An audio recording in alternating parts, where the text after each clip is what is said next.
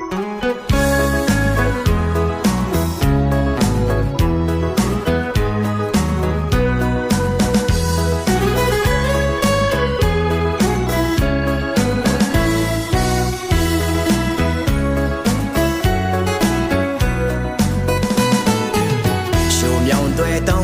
ီးကိုကြော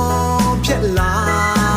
အသေးထိတ်စရာကားကလေးစီကရဲ့မြင်နိုင်မဲ့ဘလောင်မြို့တစ်မြို့ရဲ့ဟိုအထက်မှာမြို့နမ်းဆန်အလားကချူစရာကွယ်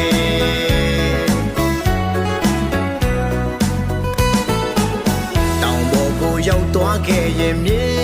ရမယ်ရိုးမတောင်တန်းနဲ့လက်ဖက်ချံကိုစိတ်ထဲကနေကြည်နူးလို့ချစ်တဲ့သူတွေ့ရတော့မလို့အချိန်တန်ပြန်ရတော့မယ်ဆိုရင်တမျိုးပဲ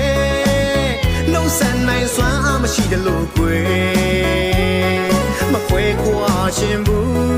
အမြဲနေခြင်းလေနောက်အခါမှနောက်တစ်ခေါက်ရောက်လာမယ်အချိန်တန်ပြန်ရတော့မယ်ပလောင်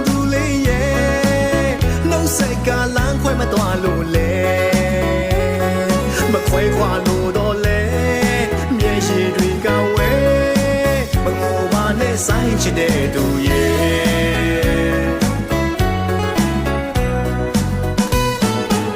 မြူမုံတွေအုံဆိုင်တဲ့အချိန်ကိုရောက်ရင်အေးချမ်းတဲ့နှင်းပွင့်ကြမှာကွယ်ခင်မင်းသူစိတ်ထားလေးဖြူစင်လို့ရဲ့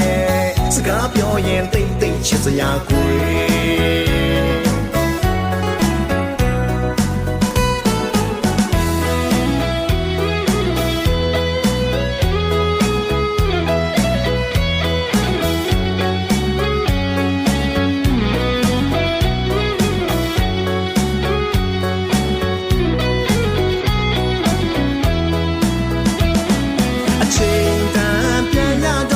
ဆိုရင်တမျိုးပဲ